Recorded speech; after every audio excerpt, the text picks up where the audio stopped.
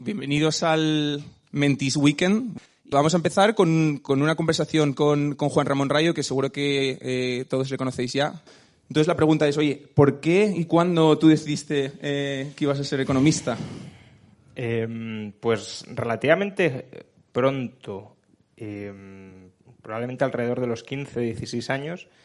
Ahí en ese momento, bueno, me llamaba la atención los datos económicos y me interesaba, pues de alguna manera, comprender por qué pasaban las cosas, comprenderlas pues a la manera en la que se pueden entender, claro, a los 15 o a los 16 años, que es de manera muy, muy pobre, pero bueno, sí tenía esa curiosidad intelectual y llegó a mis manos, bueno, ya fue por ordenador, o sea que realmente ni siquiera físico, un Word de un libro que se llama La economía en una lección, de Henry Hazlitt, que fue el primer libro de economía como tal que leí.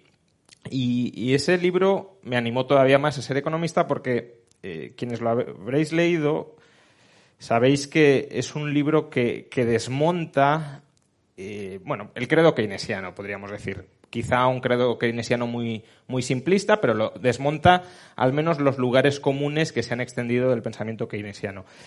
Y yo en ese momento no estaba predispuesto, ni mucho menos, a ser anti-keynesiano. De hecho, todas las falacias que va comentando Hazlitt, digamos que yo las tenía incorporadas como verdaderas.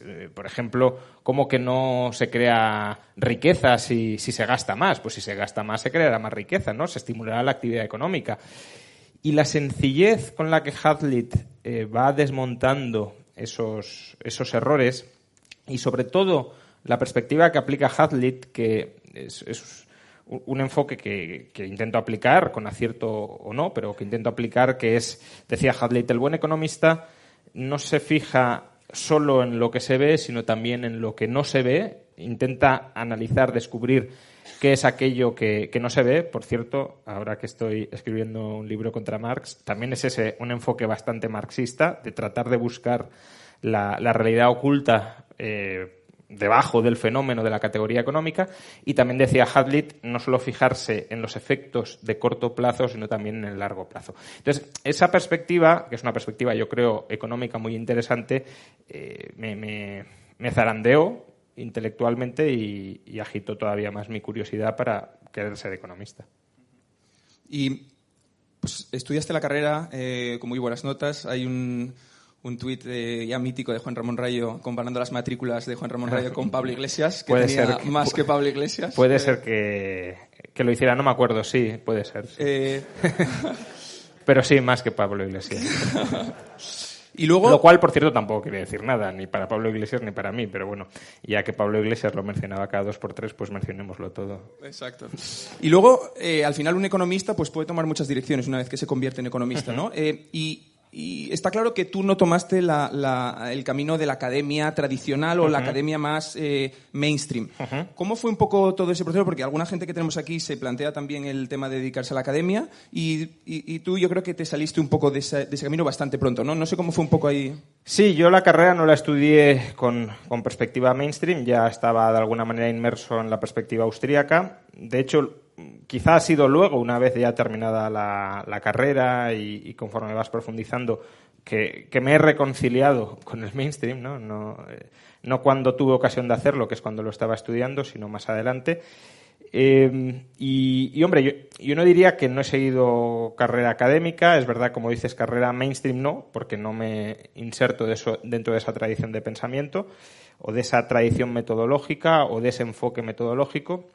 Creo que tiene aportaciones muy valiosas. De hecho, prácticamente todo lo que tenemos hoy rigurosamente sistematizado en economía viene del mainstream, pero creo que tiene últimamente un giro empirista que está bien para algunas cosas, pero que no es el tipo de economía que a mí me gusta estudiar y plantearme, que es entender el funcionamiento general de las cosas y no tanto medir pues cuál ha sido el efecto de esta medida durante este año, sin que eso sea generalizable en otras circunstancias. Que no digo que no haya que hacerlo, obviamente eso es fundamental para evaluar, por ejemplo, las políticas públicas, pero del hecho de que en estas circunstancias muy concretas haya pasado esto, no podemos saber qué va a pasar en otras circunstancias y yo aspiro más a una comprensión más amplia, más general, más imprecisa, quizá, porque los mapas muy generales no te sirven para cualquier territorio, pero al menos sí tener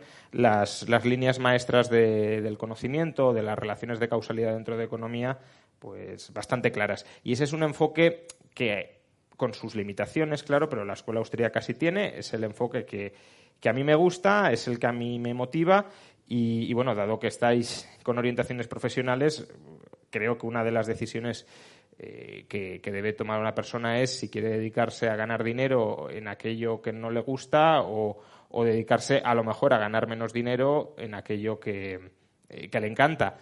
Y yo, pues sin saber si iba a ganar más o menos, me decanté por lo que me apasionaba, por lo que me gustaba. Luego, claro, si precisamente porque lo que te gusta le puedes dedicar mucho tiempo y puedes estar viviendo cuando estás trabajando, ¿no? De nuevo, citando a Marx, no fuera de casa cuando estás en el trabajo, sino en casa cuando estás trabajando, pues si puedes hacerlo, todavía tenderás a dedicarte más, a esforzarte más, a mejorar y quizá en ese caso también termine llegando el dinero precisamente por haberte especializado tanto en eso, porque estás dispuesto a dedicarle tanto tiempo que bueno, te conviertes en un especialista relativo en eso y eso puede tener valor, claro. Pero bueno, comentas lo de la especialización en el sentido de que dedicas mucho tiempo a tu trabajo, ¿no? O a este tipo de enfoque de económico, pero realmente yo creo que algo en lo que tú destacas mucho es que no eres solo un economista, en el sentido de que tú también pues has tomado un poco la vía de ser una persona más generalista, que creo que es también algo bastante de la corriente austríaca, ¿no? De hablar un poco también de sociedad, de política, ¿no? De economía. Entonces, un poco, ¿por qué esa approach un poco más general? Entiendo que es por gusto, pero no sé también cómo ayuda luego tu entendimiento de la parte económica. Sí, decía Hayek que el economista que es solo economista no es un buen economista. A ver, un economista puede estar tan súper especializado en un campo que sea muy bueno en ese campo, que lo sepa prácticamente todo sobre ese apartado ultra específico y será un buen economista aunque no sepa de nada más. Pero si intentas tener una comprensión más amplia de muchos fenómenos, es muy difícil compartimentalizar la realidad y independizarla y desvincularla de otras facetas que también están en la realidad. Entonces, por ejemplo, los austríacos son mucho de decir, bueno, una cosa es la economía y otra es la psicología, y son dos campos totalmente separados. Bueno, hasta cierto punto puedes hacer esa separación para más o menos delimitar cuál es tu campo de enfoque, qué tipo de estudio quieres realizar. Quiero decir, no es lo mismo geología que economía. Entonces, algún tipo de demarcación tiene que haber. Pero es verdad que son campos de estudio que están entrelazados. Y quien dice psicología, dice antropología, dice incluso biología, por supuesto política. Muchas veces a los liberales se nos critica que no tenemos en cuenta que el mercado no existe en su forma pura y que siempre aparece entrelazado con formas políticas. Bueno, hasta cierto punto puede ser cierto, pero precisamente por eso tienes que estudiar también política, la lógica de la acción política al estudiar economía, porque va a estar ahí y te vas a enfrentar a ello. Entonces, todo eso que al final, si lo queremos, lo podríamos agrupar como ciencias sociales, sin ir fragmentando la realidad en esto es economía, esto no es economía, sino la comprensión del comportamiento en sociedad del ser humano y buscar también sus analogías con el comportamiento de otros animales no humanos en su sociedad y ver qué semejanzas tienen, qué diferencias, por qué unos comportamientos se pueden coordinar de unas maneras, por qué otros se tienen que coordinar de otras. Y eso parte, obviamente, de la distinta naturaleza de cada especie y de los mecanismos evolutivos que han desarrollado para coordinarse en sus sociedades de un modo u otro. Pues todo eso creo que está muy vinculado y muy entrelazado, y a poco que intentes salirte de tu zona de confort, y para aprender tienes que salir continuamente de tu zona de confort, pues te vas a encontrar con eso. Yo al principio era bastante escéptico con que alguna vez pues fuera a explorar otros campos muy distintos de incluso la economía monetaria, porque era lo que me gustaba y es lo que más me gusta, ¿no? Pero decía, no, yo me voy a quedar en esto y no voy a ir más allá. Pero es que a poco que intentas entender algo que vaya más allá de esa frontera, ya tienes que ir explorando otros campos de conocimiento que también son apasionantes. Y Algo que también se ve mucho cuando debates con la gente y demás es que es una persona como con unos principios muy claros, que sabes defender muy bien, pero en todo este camino, ¿no? de crecimiento intelectual que has tenido los últimos 15 años o 20, ¿cuáles son los 2 o 3 puntos o uno los que te vengan a la mente en los que has cambiado de opinión? Porque realmente el que estudia para confirmar pues no estudia, ¿no? Y seguramente tú hayas estudiado y has cambiado de opinión en cosas, ¿no? Sí, muchas veces. No te sabría decir, muchas son cosas tontas y puedes cambiar varias veces de opinión. Por ejemplo, yo he ido cambiando, ahora que estábamos hablando, ya lo he mencionado varias veces, pero bueno, es en lo que estoy ahora y por tanto es en lo que tengo más en la cabeza. Mi opinión sobre Marx la he ido cambiando muchas veces conforme he ido leyendo. Al principio lo leía con una perspectiva, pues bueno, este señor es un idealista o que no entiende bien las cosas. Si digo esto y me escuchan marxistas me crucificarán porque obviamente Marx es materialista, pero idealista en el sentido de que sueña con una sociedad ideal que nunca va a llegar, aunque él crea que está determinada por las leyes de la historia. Luego empecé a tener una opinión algo peor, luego algo mejor y ahora estoy en una fase también de una opinión, al menos personal, sobre Marx bastante mala por lo que algunos, si me estáis siguiendo en Twitter los últimos días, habréis visto. Bueno, cosas en las que he cambiado de opinión, pues una muy, muy clara, creo yo, que además incluso afecta a... Pues, he dicho antes, lo que más me gusta es la teoría monetaria. Pues en el núcleo duro, o uno de los núcleos duros, es pues la polémica o la posición coeficiente de caja del 100%, reserva fraccionaria. Yo empecé siendo pro coeficiente de caja 100% y hoy creo que se me considera incluso entre los 100%istas pues uno de los más odiados enemigos del coeficiente de caja del 100%. Por tanto, ahí he dado una vuelta bastante importante. También Keynes. De la misma manera que con Marx creo que he ido teniendo una opinión peor sin estar...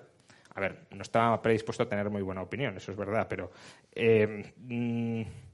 cuando leáis el libro, cuando salga, si lo leéis, comprobaréis que la primera parte, que es un resumen de las ideas de Marx, está tratado con la mayor exquisitez intelectual posible, o delicadeza, más que exquisitez, delicadeza intelectual posible. Es decir, no se encontrará ninguna animadversión personal y lo que se busca es retratar las ideas del autor de la manera que yo considero, me podré equivocar, pero de la manera que yo considero más realistas y más ajustadas a lo que pensaba el autor posible. Y eso que hay muchísima polémica sobre qué quiso decir Marx aquí o allá. Bueno, la forma menos mala, menos contraria o que más difícil sea de criticar para el autor.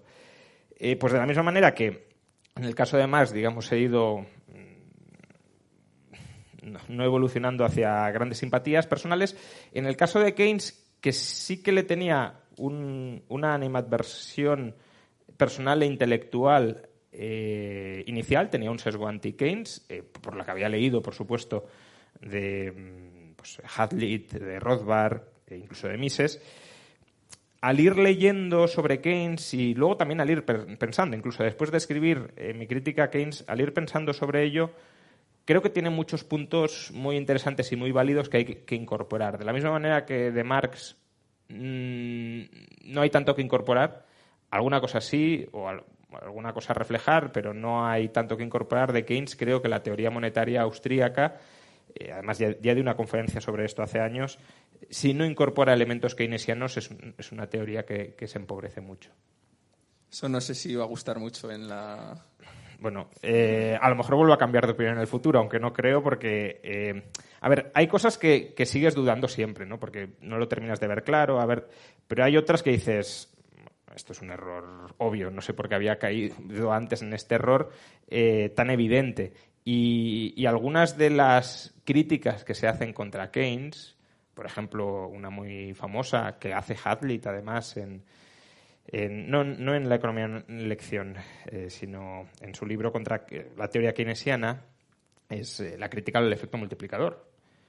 Y esa crítica está mal de raíz. O sea, el efecto multiplicador nos podrá gustar más o menos lo que implica, nos podrá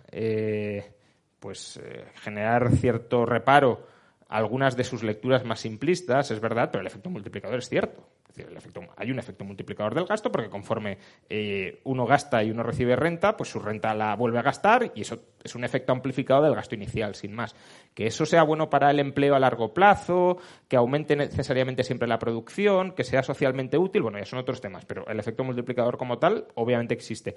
Y la crítica que hace Hadley y Rothbard a ese sentido o a ese concepto es una crítica muy, muy mala y con serias dudas de que llegaran a entender realmente el efecto multiplicador, y si lo entendieron, porque Rothbard yo creo que sí debió de llegarlo a entender,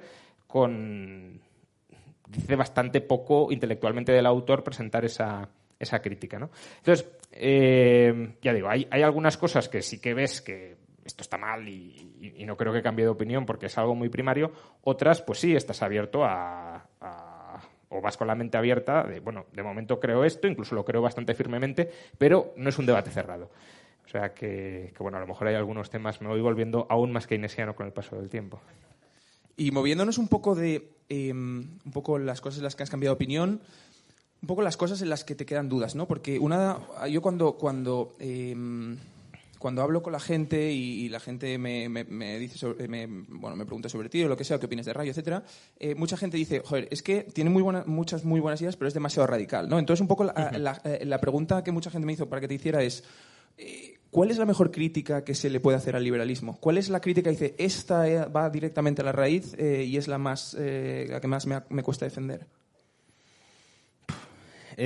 Quizá las externalidades. Quizás sea el problema más serio. Tendría que pensarlo también, porque es una pregunta así un poco sin preparación y hay buenas críticas al liberalismo, pero las externalidades, y eso también incluye, por cierto, a los bienes públicos, que no deja de ser una externalidad positiva difícil de coordinar para internalizarla, es un problema serio. Es un problema serio porque además ataca de raíz a cómo definimos y entendemos los derechos de propiedad. Ese es un... O sea, tampoco diría un problema, es una cuestión que es hasta cierto punto arbitraria. Es decir, hasta cuándo entendemos que una cosa es una agresión o que no es una agresión, no es algo que quepa deducir a priorísticamente desde la moralidad liberal. Entonces, no sé, que sobrevuele un avión por encima de nosotros es una agresión. Pues hombre, se puede estrellar. Por tanto, ¿por qué a mí me tienen que imponer ese riesgo desproporcionado? O que instalen una central nuclear a 100 kilómetros. Bueno, hay un riesgo de accidente nuclear y me puede afectar. ¿Me está pagando esa central algo por exponerme a ese riesgo? No. Entonces, claro, diréis, bueno, son riesgos pues muy, muy poco probables. Bueno, sí, pero si suceden generan un daño muy, muy, muy serio, ¿no? Cisne negro, básicamente. Entonces, ese es un problema. Luego puede haber otros, ¿no? Pues esto además está muy relacionado, si vamos a los bienes públicos, con cómo mantienes el orden social y el orden público en ausencia de un Estado. Es decir, como para quienes me llamen radical, hombre, si fuera un dogmático anarquista entendería que fuera radical, pero vamos, soy un tibio socialdemócrata, ¿no? Entonces, no sé, quizá quien lo dice es un radical socialdemócrata, no lo sé. Bueno, en cualquier caso,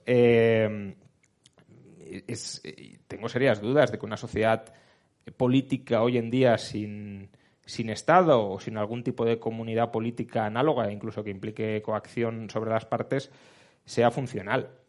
Y claro, pues eso también es un problema al menos para un liberalismo puro maximalista. Claro, puede haber liberalismo con un Estado mínimo. Pues los anarquistas dirán que no, porque está de raíz viciado.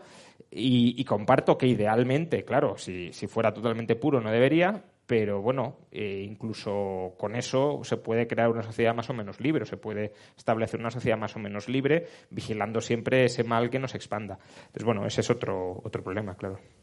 Y esto también en relación con tu defensa del liberalismo, pues tu defensa del liberalismo se hace también en los medios, no solo en Twitter y YouTube, que luego hablaremos, sino también en los medios, ¿no? Entonces, yo no sé si te acuerdas, además, una de las primeras veces que fuiste a La Sexta Noche, me llevaste contigo, que lo estuve viendo ahí desde el público, y un poco la pregunta que te quería hacer es, ¿Qué cosas has aprendido de estar constantemente en medios generalistas, con gente pues, que quizá no es una experta en los temas que tú hablas, de errores que has cometido, o cosas que no puedes decir, o un poco, ¿en qué has mejorado como comunicador en los medios generalistas? Bueno, estoy dejando de ir a medios generalistas, eso primero. Y quizá eso es algo de lo que he aprendido, ¿no? Que si tienes otras vías de comunicar, no hace falta que vayas a medios generalistas. Y confío en que cada vez, o sea, les deseo lo mejor a los profesionales que trabajan allí, por supuesto, pero confío que cada vez tengan menos presencia porque, bueno, es un escaparate, pero es un escaparate donde no se profundiza demasiado. Entonces, bueno, cosas que se aprenden yendo ahí, en gran medida es un show. Yo creo que eso queda claro para todo el mundo que lo ve. Si no intentas hacer un show, pues de alguna manera se te puede mirar, no digo que todo el mundo lo haga, pero si hay gente que va a hacer el show y si tienes que interactuar tú además directamente con esa gente, creo que todos más o menos podemos imaginar en quién puedo estar pensando, pues como que no nos entendemos, ¿no? Es decir, yo voy a discutir de unas cosas de fondo y tú vas a hacer un show. Bueno, eso es una cosa. Luego, que el propio medio te impone falta de profundidad. Son intervenciones de 30 segundos, de un minuto, por tanto no puedes profundizar nada. Si no puedes profundizar nada, ya que decías, ¿qué cosas no decir?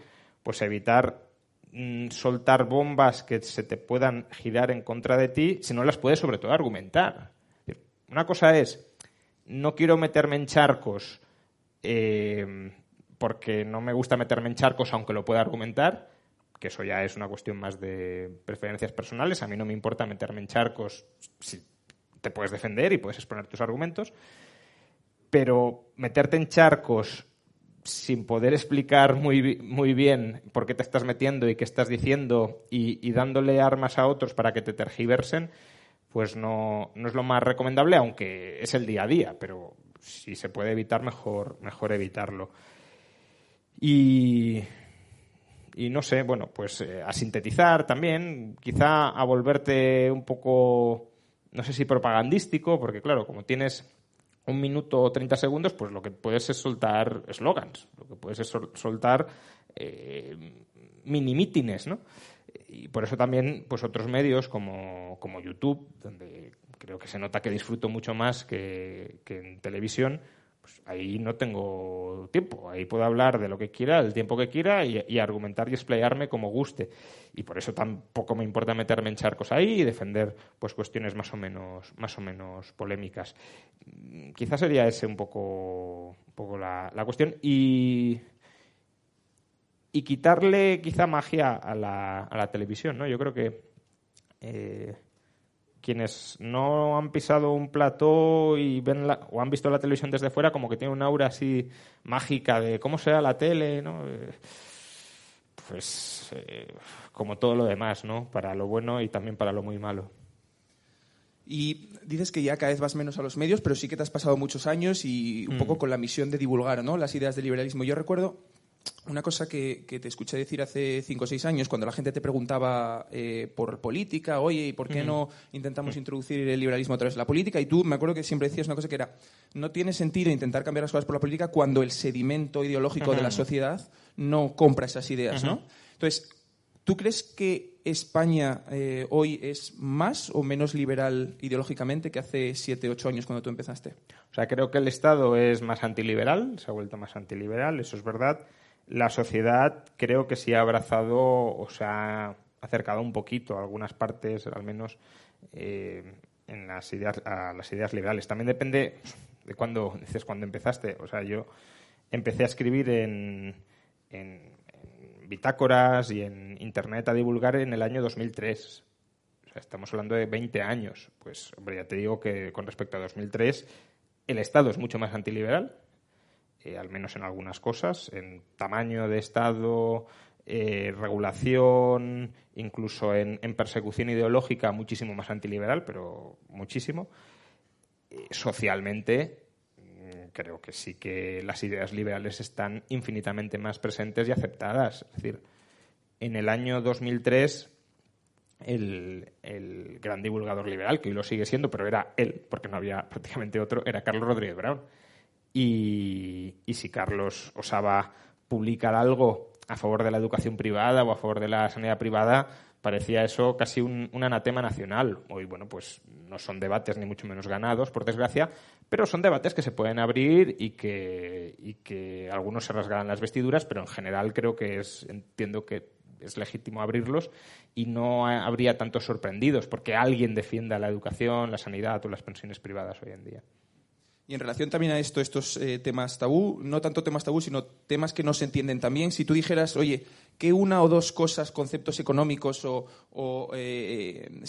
conceptos económicos, yo los llamaría, que la sociedad ahora mismo no compra, la sociedad en su conjunto no compra y te gustaría que comprara, o cosas que ves obvias que, ¿cómo me gustaría que estos dos puntos la gente me los comprara? Porque es que es clave para luego entender todo lo demás, ¿no?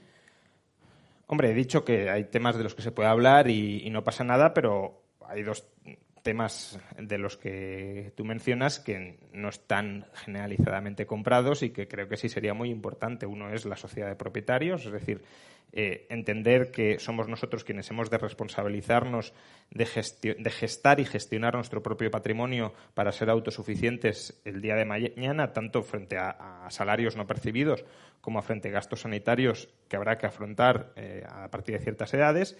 Entonces, digamos, finanzas privadas y autónomas. Y luego también educación privada, ¿no? Educación privada y libre. Es decir, ya no tanto privada por ser privada, sino porque si no es privada no puede ser libre. Es decir, si está bajo la tutela del Estado nunca será libre, pero sobre todo libre. Es decir, que pueda haber modelos educativos distintos y en competencia. Y añadiría un tercer punto, que quizá es un tema del que no suelo hablar tanto, que sí está en una revolución liberal para España. De hecho, es el penúltimo capítulo, antes de la transición. Y creo que es muy importante, pero es algo tan alejado de la sociedad actual que suena como incluso raro o marciano, pero que es la fibra social o la fibra comunitaria. Es decir, hoy en día, si alguien tiene un problema y no tiene la red familiar a su alcance, solo tiene el Estado. Es decir, no hay nada entre medio. Es o tu familia o el Estado, no hay más. Tradicionalmente tenías la familia, la comunidad local, incluso laboral, y el Estado normalmente no estaba por ahí. Entonces, si no te ayudaba tu familia, te ayudaban tus amigos, tus colegas, las famosas sociedades de amigos que mencionan una revolución liberal para España, y eso es tejido social asociativo. Todo eso se ha perdido de una manera radical. Incluso aunque hoy haya asociaciones, no esperamos que las asociaciones presten un servicio de oye, te has quedado enfermo, esta asociación te cubre los gastos si no tienes un seguro. No, hoy vete al Estado, ¿no? Vete a un funcionario a que te dé una transferencia, o si no, pues te quedas ahí y esperemos a ver si entre todos nos organizamos para presionar políticamente y que saquen una ley y que te den dinero. Bueno, ¿por qué en lugar de dar la batalla ideológica, partidista, para que el Parlamento apruebe, pues no sé, una ayuda para este tipo de colectivo de personas, por qué no montas una asociación, una ONG, aunque sea, precisamente para recaudar fondos y ayudar a este tipo de personas? Es decir, que es como si todo tuviese que pasar sí o sí a través del Estado y la sociedad civil como tal estuviese desmembrada en un atomismo social, que esto lo dicen mucho los antiliberales, pero creo que es más bien el escenario base del antiliberalismo, es decir, individuos separados que únicamente se unen o únicamente se vuelven sociales a través de la política y a través del Estado. Pero luego, fuera de la política y fuera del Estado, lo más asociales o antisociales posibles, porque nuestra relación es individuo-Estado, Estado-individuo, nada más. Y hablando también un poco de eso, de cosas que no se entienden o de errores que estamos cometiendo, yendo un poco más a la parte de coyuntura, y no sé cuánto tiempo llevamos, no sé qué hora es. ¿Llevamos 25 minutos o media hora? La parte un poco, volviendo un poco a coyuntura económica, ¿no? A cosas que están pasando ahora mismo. Bueno, luego vamos a hablar un poco del mundo, pero de España. O sea, ¿qué dos o tres medidas dirías? Estas son obvias que habría que hacer mañana mismo en España y que no entiendes que no se están haciendo ahora mismo, pues para que la economía funcione para todos y para que la gente que somos jóvenes pues tengamos opciones de quedarnos aquí, prosperar, construir un patrimonio, etcétera, etcétera, ¿no? Sí, tres sobre todo para los jóvenes, ¿no? Porque a lo mejor hay otras que a lo mejor a mí me preocupan más o me interesan más, pero creo que son 3 medidas dramáticas que no se estén tomando porque claramente perjudican, además de una manera muy poderosa, a los jóvenes. Mercado laboral, mercado de la vivienda y mercado de las pensiones. Es decir, hoy en España tenemos un sistema extractivista de rentas, posiciones sociales, patrimonio real o potencial de los más jóvenes hacia las generaciones jubiladas o a punto de jubilarse. Ese extractivismo se produce, esa explotación, si lo queremos, se produce por 3 vías. Una es protección en el mercado laboral. Quienes lleven 20 o 30 años en su empresa no se los puede tocar, tienen una indemnización por despido altísima, por mucho que luego no digo, obviamente, que el que lleve mucho tiempo en la empresa no rinda. Digo que aunque no rinda, no se le puede echar. Y en cambio, el jovencito que acaba de llegar con un contrato temporal o fijo discontinuo, o me da igual, o fijo, como lleva muy poco tiempo en la empresa, pues si vienen mal dadas, ¿a quién echamos? Al joven. Además, las personas que son no despedibles, salvo circunstancias excepcionales, ya han devengado un salario muy alto y, por tanto, de la masa salarial disponible dentro de la empresa se absorbe la mayoría para estas oligarquías internas de la empresa y a los que llegan pues les quedan las migajas, puestos de trabajo mal pagados y muy precarios. Entonces, ahí hay una redistribución laboral, precisamente por proteger, hiperproteger el puesto de trabajo de los que lleven más tiempo. Segunda vía de redistribución desde jóvenes a adultos senior jubilados, mercado de la vivienda. Es incomprensible que teniendo un problema de vivienda en España se restrinja la construcción de vivienda. Es verdad que hay ciertas zonas donde a lo mejor es difícil construir. Si todo el mundo quiere vivir en el centro de una ciudad, pues eso tiene sus límites. Incluso uno puede decir, bueno, en Barcelona es difícil construir. Bueno, vale. Madrid. ¿Qué sentido tiene que Madrid, que al final es casi un desierto por ambos lados, no se permita construir en función de toda la demanda que haya? ¿Que eso va a bajar el precio en el resto de la ciudad? Pues que lo baje. ¿Por qué, por tanto, no se construye? Pues previsiblemente para no perjudicar o para no molestar a las clases propietarias, que no lo olvidemos, son 3 de cada 4 familias, por tanto es el 75% de los votantes, y no digamos ya las clases terratenientes, digámoslo así, que pueden ser familias de clase media alta, tampoco estemos pensando aquí, pero que tienen 2 viviendas, 3 viviendas, y que las sacan en alquiler a precios del alquiler mucho más inflados que los que habría si se construyera mucho más. Todo eso, de nuevo, es una redistribución desde los jóvenes a las personas que tienen vivienda. En lugar de permitir construir, lo que se defiende es limitar precios, ponerles impuestos. Pues deje construir y que baje el precio en lugar de mantener la escasez de vivienda y si hay rentas, quitárselas vía impuestos. Y la tercera, claramente, es el sistema de pensiones. Es decir, tenemos un sistema de pensiones que es absolutamente insostenible en su situación actual, que se va a ir agravando con el paso del tiempo y que va generando ya un endeudamiento propio del sistema de pensiones para mantener las pensiones altas de los jubilados actuales y de los jubilados de los próximos 5 o 10 años. Y, pues bueno, a partir del año 2035, 2040, por supuesto 2050, vendrán necesariamente los recortes. Entonces, habrá mucha gente que habrá pagado muchas cotizaciones, a la que le habrán eliminado su capacidad de ahorrar, porque todo ese dinero habrá ido a la seguridad social, y luego le meterán el hachazo. Entonces, es una descapitalización por 3 vías, un parasitismo por 3 vías de los jóvenes, pero claro, 10 millones de pensionistas, 75% de las familias propietarias de vivienda, incluso la mayor parte del mercado laboral o son funcionarios o son puestos de trabajo indefinidos. Pues claro, ¿qué gobierno va a luchar contra todo eso si son la mayoría de votantes, ¿no? Y un político lo que quiere es perpetuarse en el poder. Está claro que estos problemas estructurales, Sixteen, nos los vamos a encontrar cada vez más y el de las pensiones un día nos lo vamos a encontrar probablemente. Sí. Bueno, ya nos lo estamos encontrando, ¿no? Porque ya están subiendo cotizaciones, van a subir mucho las cotizaciones a los autónomos. Claro, nos dicen, no, el sistema es sostenible, no os preocupéis. Bueno, no os preocupéis. O sea, cualquiera que vea las series de población esperables es para preocuparse, pero es que incluso dentro de ese discurso de no os preocupéis, ya me estás metiendo ahora el sablazo. ¿Cómo no me voy a preocupar si ya me estás diciendo que a los autónomos les querías a algunos multiplicar por 4 las cotizaciones mensuales?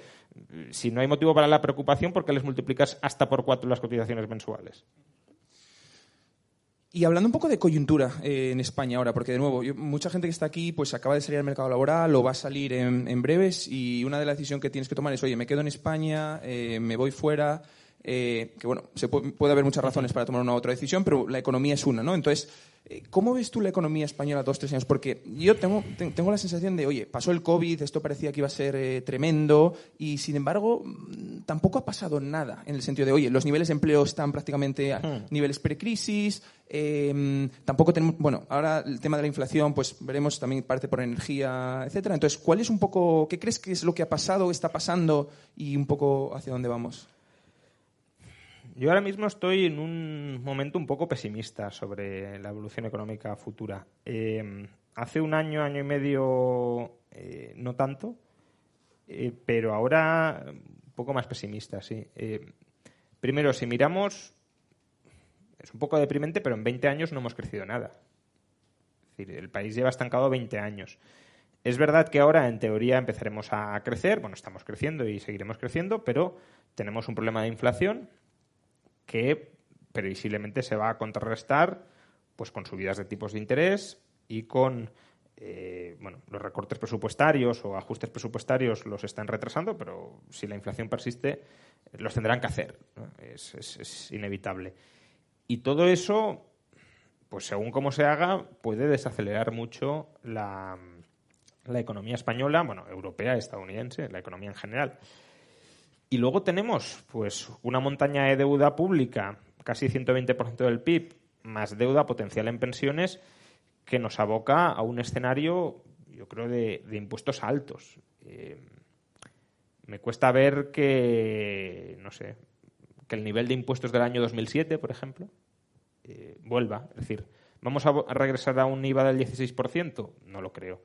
¿Vamos a ver el IRPF a niveles, pues no sé, del 40%, tipo marginal máximo? No lo creo. ¿Se va a bajar el impuesto sobre sociedades? Hombre, no es del todo imposible eso en concreto, porque la recaudación no es tan importante, entonces se podría hacer por ahí. No sé si llega un gobierno que quiera apostar por esa vía, a lo mejor lo podría llegar a hacer, pero tampoco lo creo. Entonces, la seguridad social, ¿van a bajar las cotizaciones? Desde luego que no. Entonces, vamos a una situación de impuestos cada vez más altos para mantener un Estado que además tampoco la calidad es claramente decreciente, ¿no? Con la sanidad se ve. Se dice que la sanidad pública española es de las mejores del mundo, pero al mismo tiempo también se nos dice que la están desmantelando por los recortes y en parte, bueno, es cierto que la sanidad pública se ha deteriorado mucho, pero porque no hay dinero, e incluso subiendo impuestos no hay dinero, ¿no? Entonces, bueno, todo eso, bueno, y no digamos ya la gestión de los fondos europeos que se está haciendo, que parecía que iba a ser un salto, ¿no? Algunos decían la segunda gran transformación de España desde que entramos en la Unión Europea. Bueno, yo siempre fui muy escéptico y parece que más bien vamos a un proceso de despilfarro masivo sin grandes consecuencias, más allá de ese despilfarro, claro. Entonces, creo que a corto plazo hay incertidumbres en el horizonte serias, es decir, cómo se combate la inflación sin generar una desaceleración fuerte o incluso una recesión.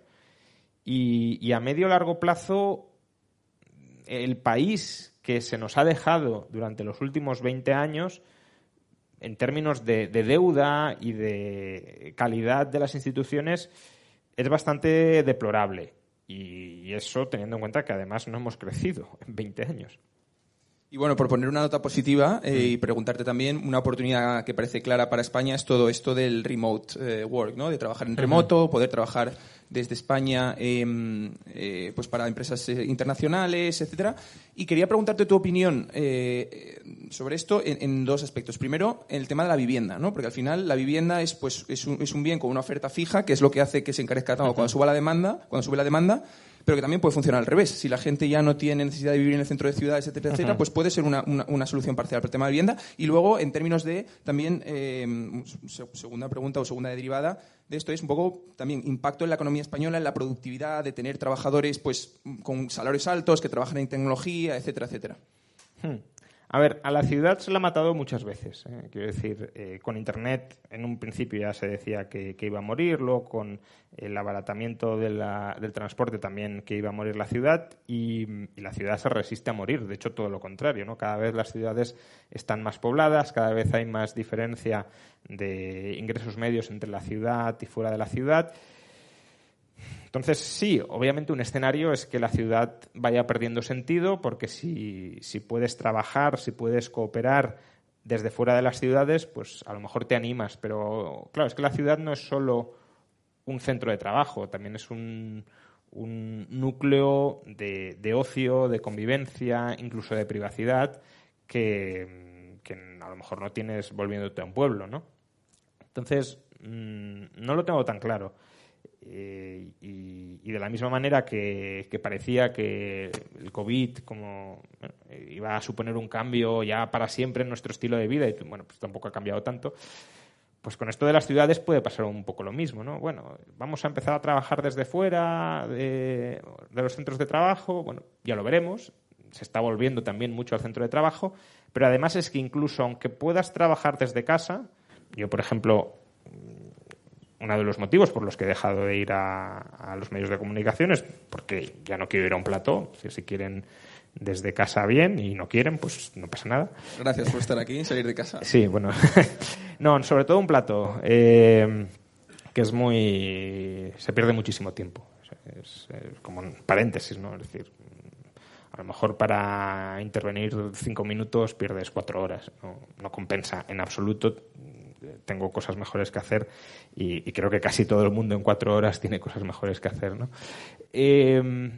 Pero bueno, entonces a la ciudad se la ha matado muchas veces, pero es verdad que es fuente de muchas economías de aglomeración, como se llama técnicamente, ¿no?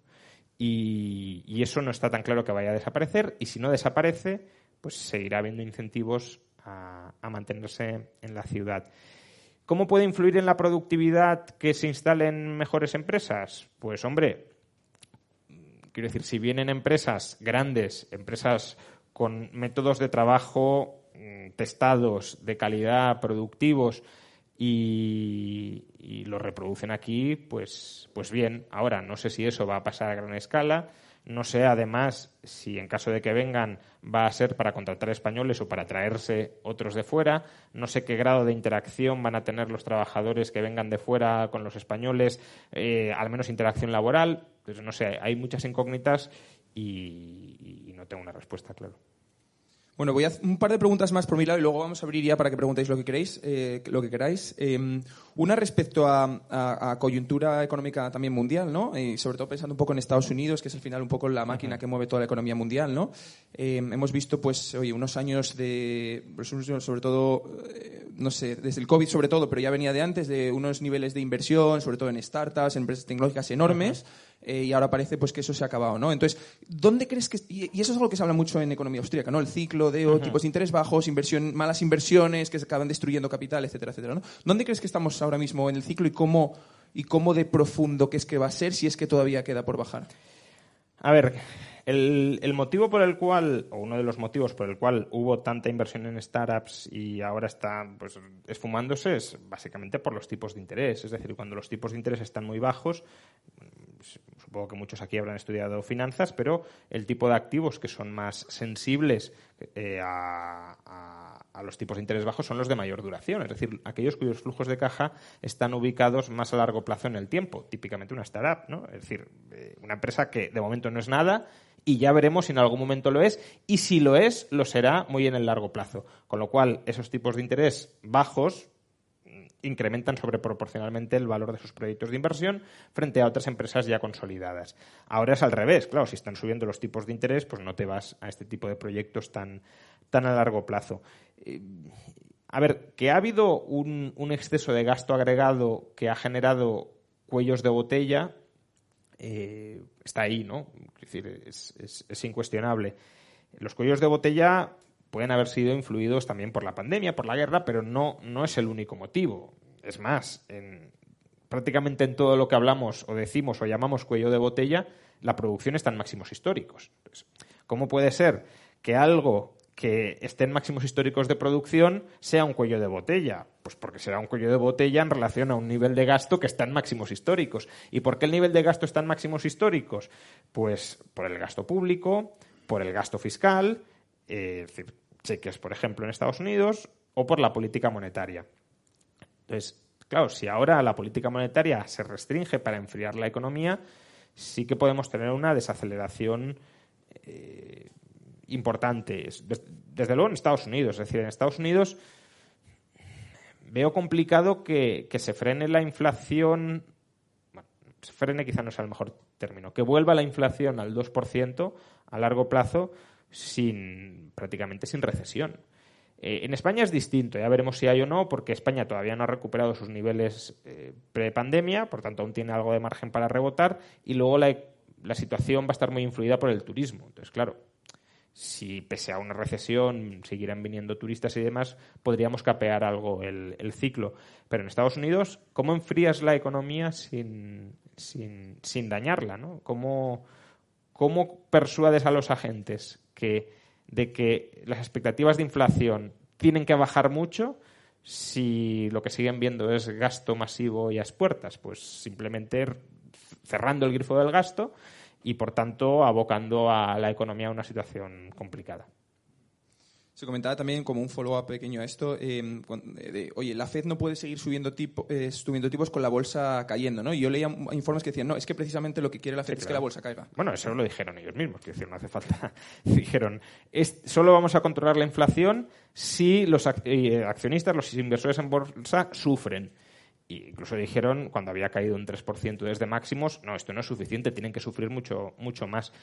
Entonces, sí, yo creo que ahora mismo no están en un momento en el que se vayan a preocupar demasiado por el inversor. Por supuesto, todo tendrá sus límites. Si el Dow Jones cayera a 10.000, no me creo que se despreocupen.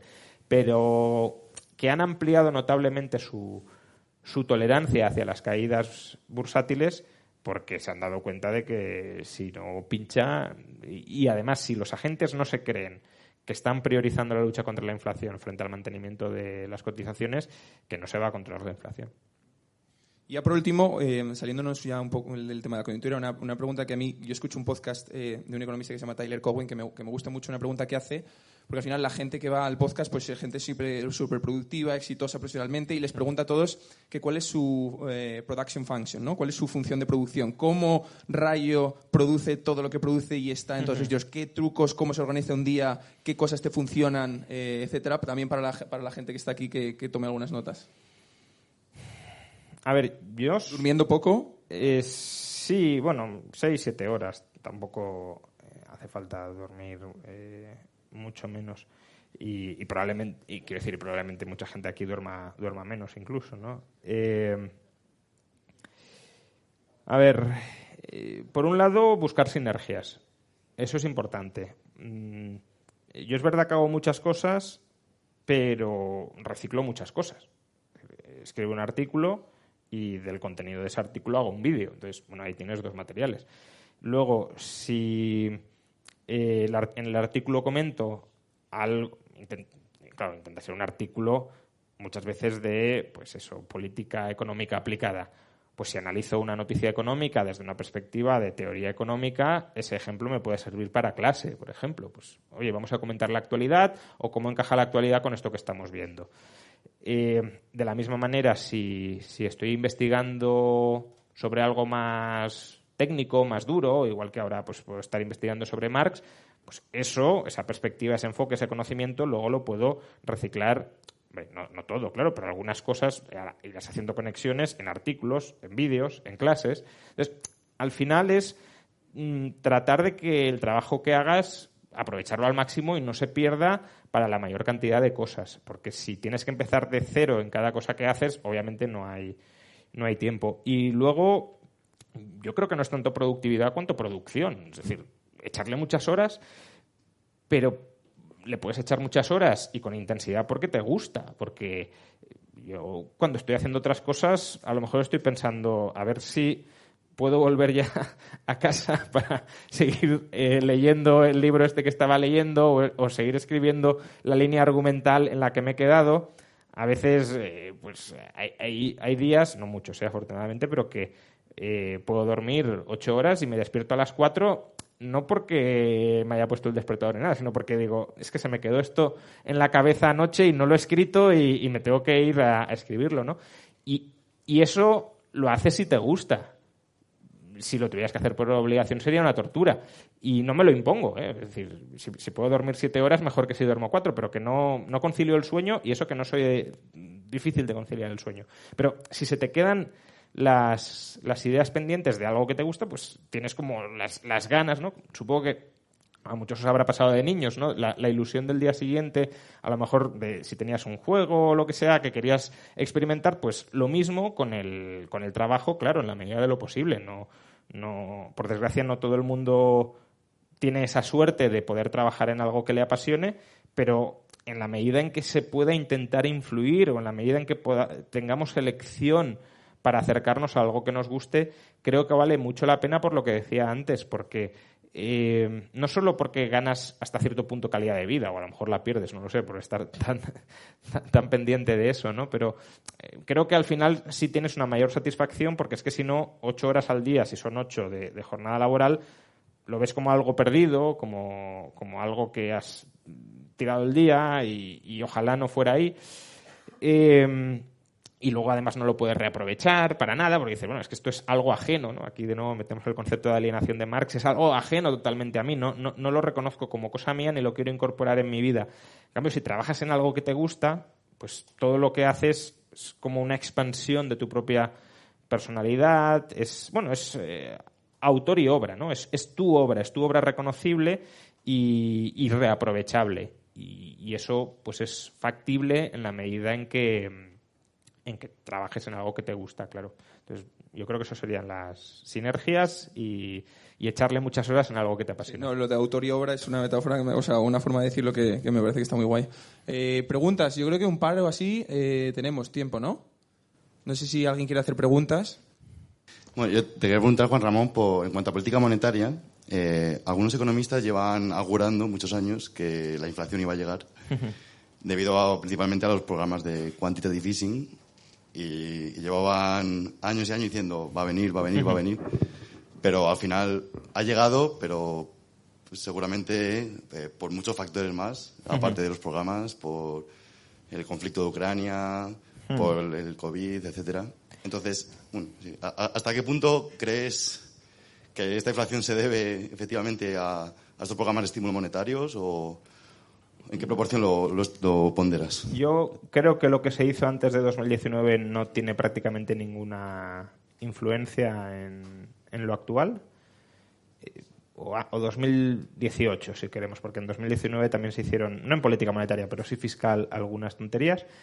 Pero es verdad que atribuirse la medalla de yo ya dije que venía inflación porque lo vengo diciendo desde 2011, pues no. La inflación actual no es por lo que se hizo en 2011. Ahora, por lo que se hizo en 2020 y 2021, creo que sí que tiene bastante que ver. Y ya no solo en política monetaria. No descuidemos la política fiscal, porque lo que se ha descontrolado verdaderamente en los últimos años, más que la monetaria, ha sido la fiscal y creo que explica gran parte de lo que sucede. Otra cosa es si la fiscal hubiese podido ser tan acomodaticia, o tan expansiva, mejor dicho, sin una política monetaria tan acomodaticia. Pero sí, sobre todo yo he discutido de esto bastante en Twitter, porque yo hasta 2019 decía no va a haber inflación.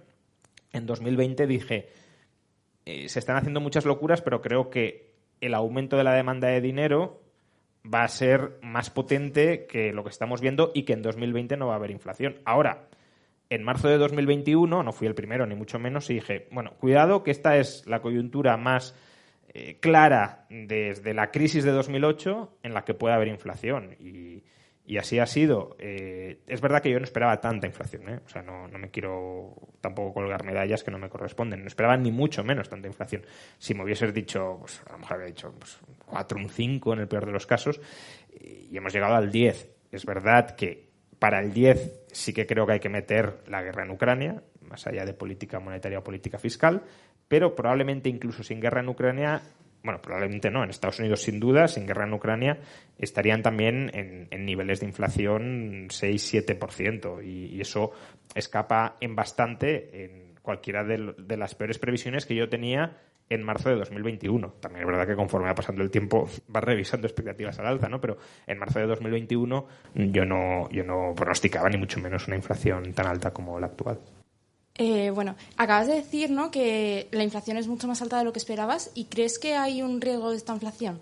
¿O crees que es algo relativamente temporal? A ver, aquí, claro, la respuesta que voy a dar es como, hombre, sí, así seguro que no te equivocas. Creo que puede haber tanto inflación como deflación. La verdad es que no, ahora mismo no tengo muy claro hacia dónde vamos. ¿Por qué? Porque la política monetaria, y creo que no mucho la política fiscal, quieren pinchar la inflación. Entonces, aquí caben dos posibilidades. Que la pinchen tanto, que genere una crisis tan intensa, que esa crisis persuada a los agentes de que la inflación ha terminado y no va a volver y, por tanto, entremos en deflación, o que, pese a la crisis, los agentes sigan teniendo expectativas de inflación altas porque no han pinchado lo suficiente, no han hecho todo el daño que tenían que hacer, hacen algo de daño, pero no tanto como lo necesario para doblarles las expectativas, y entonces cae la economía, pero seguimos en inflación.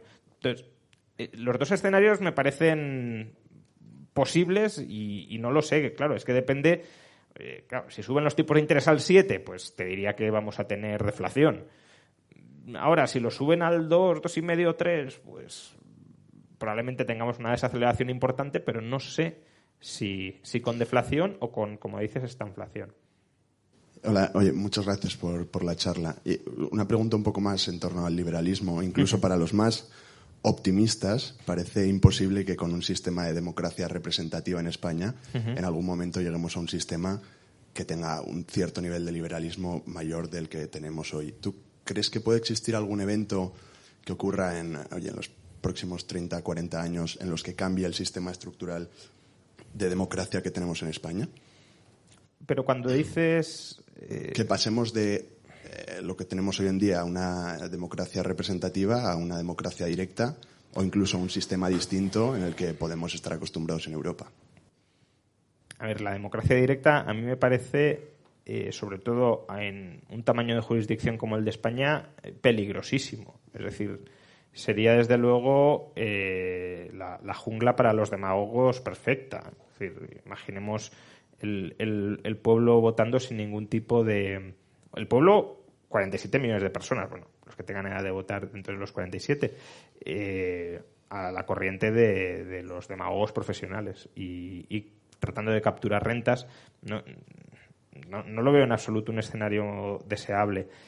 Si me dijeras democracia directa en entornos mucho más pequeños, tipo la Suiza, ahí sí, porque y en áreas muy restringidas, porque hay problemas que son comunes, pues si aquí colocamos una farola o no, y eso pues puede tener sentido votarlo entre 1.000 personas, 1.500, pero claro, en la jurisdicción de 47 millones de personas no lo veo.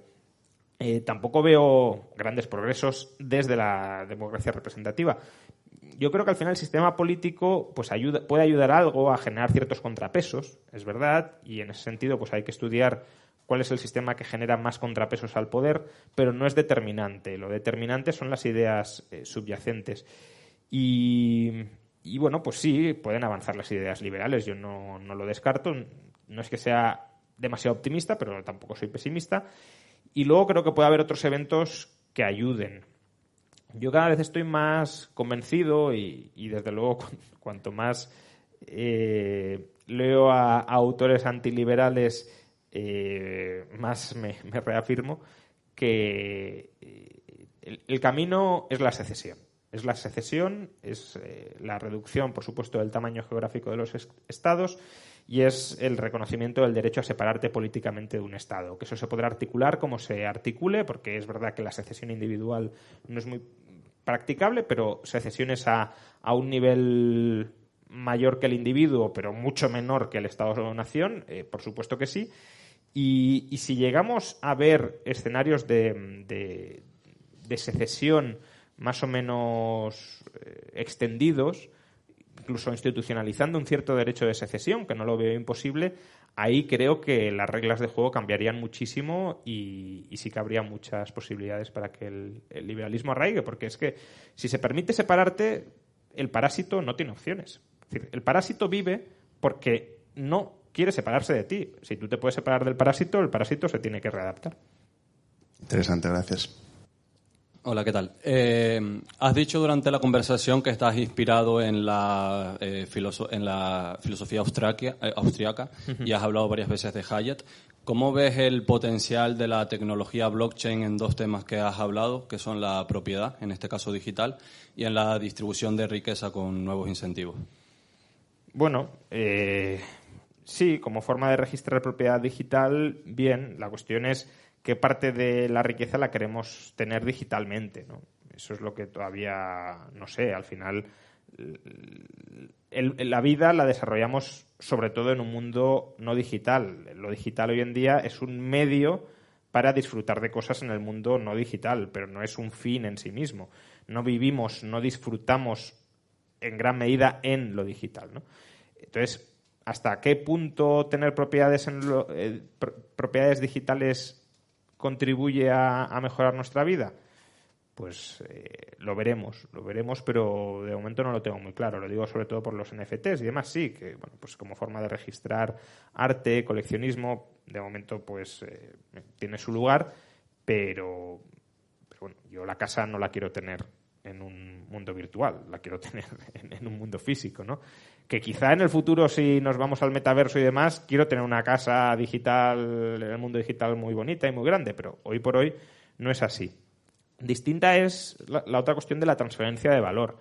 La transferencia de valor, si es una transferencia o puede ser representativa, digital, virtual, y por tanto ahí sí puede jugar un papel, ya lo está jugando a la hora de preservar parte del valor que intersubjetivamente reconocemos que algo tiene. Pero eso es instrumental para, en última instancia, adquirir o redistribuir valores en el mundo real, no en el virtual también, pero que yo le veo utilidad porque se puede utilizar en el mundo real. Y bueno, pues sí, Bitcoin sobre todo puede ser un contrapeso. A ver, yo no soy ni mucho menos maximalista, ni creo que va a ser absolutamente disruptivo y que va a acabar con el Estado, no. Pero contra las manifestaciones más autoritarias del Estado probablemente sí sea un contrapeso importante. Ahora, en sociedades como Suiza, incluso como Estados Unidos o como la eurozona, no creo que vaya a cambiar tanto las cosas. ¿Por qué? Pues porque más o menos aquí tenemos monedas. Hombre, decir esto con la actual inflación, ¿no? Pero bueno, abstrayéndonos un poco de la situación, de la coyuntura actual, tenemos más o menos monedas bien gestionadas y, por tanto, la ventaja relativa de Bitcoin frente a estas monedas no tan desastrosamente gestionadas, pues no es tan grande. Claro, si me dices Argentina, Turquía, todo esto, pues sí, claro, ahí sí. Pero bueno, también te sirve para que aquí no degeneremos en eso, ¿eh? Porque saben que si vamos en esa dirección tenemos una alternativa y eso pues obviamente también es muy importante. No sé si queremos hacer una ultimísima. ¿Qué tal? Es un poco teórica y yo entiendo que el libre mercado es bueno porque las empresas sirven al consumidor y se van depurando las que no lo hacen. Uh-huh. Pero también entiendo que el individuo puede igual tener dos voluntades. Es decir, tú puedes, por ejemplo, querer ponerte en forma y también quieres comer en el McDonald's al mismo tiempo. Uh-huh. Tienes ahí una contradicción en tu voluntad. Uh-huh. Y entiendo que muchas empresas pueden ganar dinero y ser recompensadas por el libre mercado, uh-huh, beneficiando la primera voluntad, la de, por ejemplo, ir al McDonald's. Entonces, una sociedad liberal podría encontrarse con que mucha gente es obesa, mucha gente vive sin paz mental porque está estresada por las redes sociales, por ejemplo, porque no tienen el control, la responsabilidad individual para para gestionarse a sí mismos o que no ahorran porque se pasan la noche mamado gastando y no son capaces. O sea, y ahora entiendo que puedes decir, bueno, eso ya el individuo tiene que ser responsable de sí mismo. Pero ¿y qué pasa si por naturaleza el ser humano no es responsable? Si es más vicioso que virtuoso. Sí, no, es una cuestión interesante. A ver, el libre mercado es un sistema para maximizar la producción de mercancías, ¿vale? De riqueza. Es decir, no le pidamos al libre mercado que consiga cosas que no está concebido ni programado para conseguir. El libre mercado es cómo maximizamos o cómo optimizamos los recursos disponibles para maximizar las necesidades de aquellos que están participando en ese proceso de producción y de transformación de la naturaleza en mercancías, ¿vale? Pero claro, la buena sociedad, digámoslo así, no requiere solo tener mercancías. Puede ser condición necesaria, pero no suficiente. Hacen falta más cosas. Hace falta, si lo quieres, una moralidad virtuosa, ¿no? Que un poco vas en esa dirección de evitar los vicios por un extremo y por el otro. Y eso el libre mercado no te lo da, o al menos no te lo da el libre mercado de producción de mercancías. Hay algunos que hablan del libre mercado de las ideas, del libre mercado de los valores morales. Bueno, bien, pero el libre mercado productivo, económico, tal como lo entendemos, desde luego no te lo da. Por eso el liberalismo es más que el libre mercado. El liberalismo no es solo producción, sino también es asociación personal. Ahora, yo siempre digo que el liberalismo es una filosofía política incompleta.